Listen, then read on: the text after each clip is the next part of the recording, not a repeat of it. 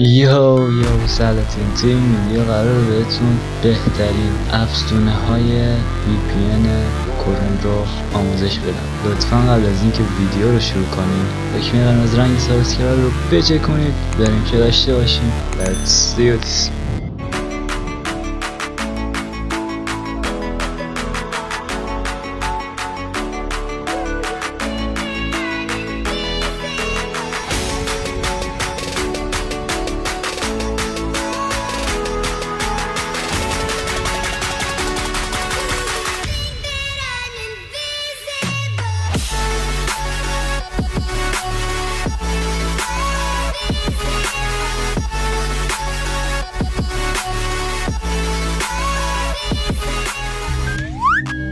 خب سلاتین، اولین کاری که شما باید انجام بدید باید برید توی مرورگر گوگل کرومتون و اونجا وارد لینکی که من توی دیسکریپشن میذارم بشید. بعد از اینکه وارد لینک شدید کافیه که برید توی سایت و اسم تمام اکستنشن هایی که من بهتون میگم رو توی قسمت سرچش بنویسید. کافیه که این رو بزنید و بیاید اینجا سرچ دستور و متن VPNش رو تایپ بکنید و همون VPNی که من میگم رو دانلود بکنید. به عنوان مثال بریم واسه اولین VPN. اولین VPN وان کلیک VPN هستش که کافیه که نصبش بکنید. بعد از نصبم واسه اجرا میبینید که آیکونش اینجا است. اگر نصب کردید اینجا نبود کافیه که اینجا روی این پازل کلیک بکنید و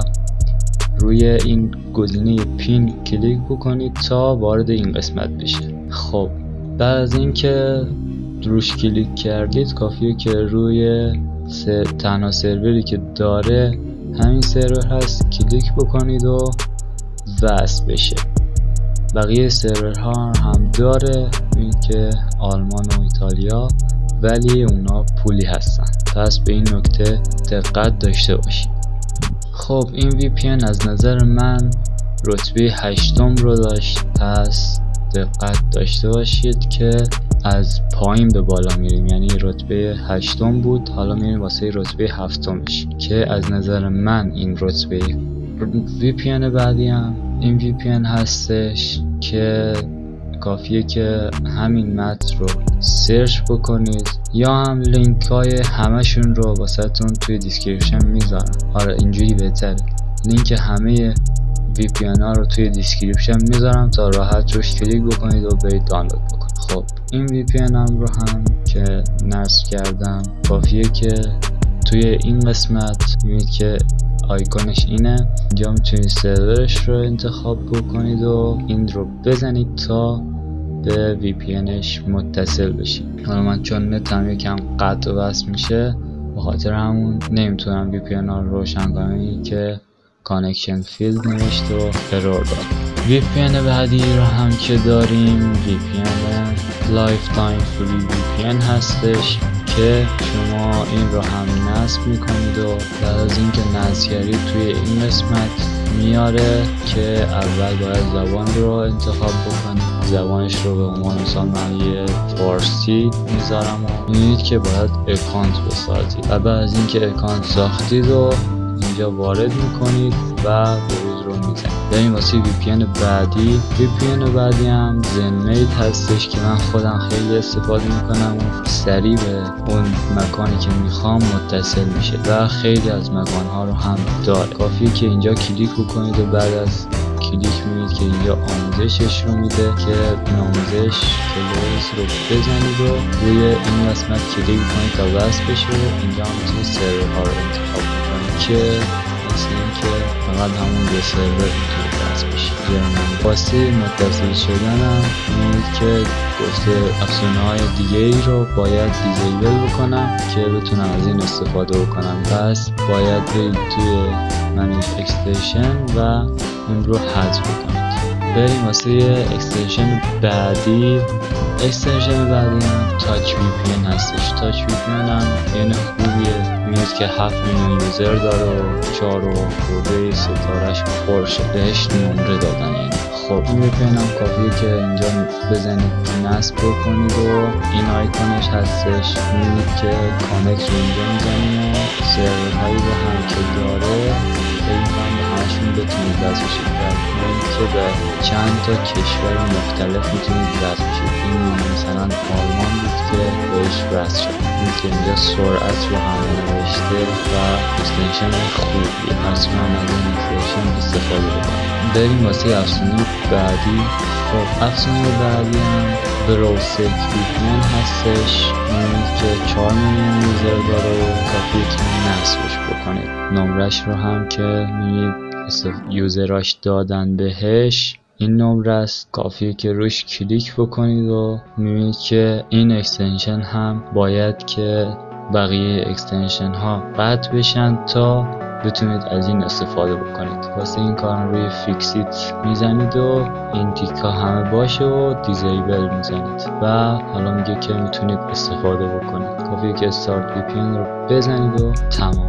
میبینید که کشور رو هم میتونید از اینجا تغییر بدید و بدون هیچ معطلی وصل میشه. و واسه این که اون افزونه های قطع شده رو برگردونید باید بیاید توی این قسمت 3 نقطه و روی قسمت ستینگ کلیک بکنید و بیاید توی اکستنشن و اینجا این تیک ها رو بزنید تا برگردن همه اکستنشن ها. خب حالا میبینید که باز برگردوندم، باز دوباره این ارور رو آورد. پس دقت داشته باشید به این نکته. VPN بعدی هم رتبه دوم رو از نظر من داره، VPN سایبرگاست هستش که واسه این VPN هم باید بقیه VPN ها رو غیر فعال بکنید که این رو باید دستی خودتون انجام بدید.